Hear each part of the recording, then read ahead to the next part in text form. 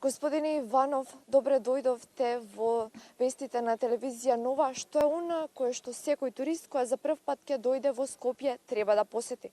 Така, ќе ви кажам моите искуство од оваа седмица, од оваа недела. Не посетија туристи од Бугарија, од Америка, од Франција, од Турција и од неколку други земји, но најинтересните се овие две што ќе ги подвечам, бидејќи Скопје во моментот, освен што е метропола која е посетувана, е и град на светската солидарност. Овие два моливи се символ на тоа.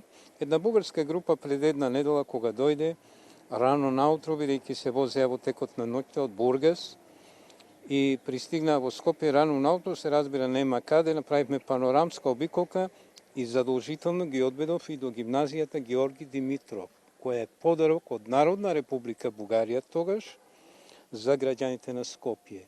Скопје доби неверојатна меѓународна поддршка и помош за 26. јули. Овие два моливи се мој драг спомен, бидејќи сум скопјенец кој го доживеа и преживеа земјотресот, и едно непознато другарче во пакетот школски прибор ми ги прати и нив. За прв пат видов дека на моливот, на врвот може да има и гума. До денес ги чувам, тоа неверојатно драг спомен, значи поминаа 53 години, и исто така едни француски туристи дојдоа во Скопје, меѓу другото, една господја чиј дедо бил учесник во Првата светска војна и е погребан во Битола, на француските војни гробишта.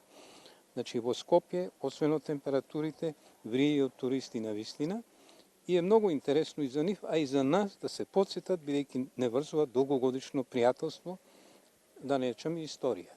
Така, што тие најчесто посетуваат кога ќе дојдат во Скопје? Значи, круната на посетата е, се разбира, Матка, тоа е незабравниот момент, но ниту еден од нив не пропушти да го види новото Скопје, Скопје 2014, старата Турска чашија, Камениот мост и се она што беше и е белег на Скопје. Се разбира и моментите од земјотресот, новата железничка станица, старата железничка станица со музеот во него, и Скопје е навистина една убава, интересна туристичка атракција.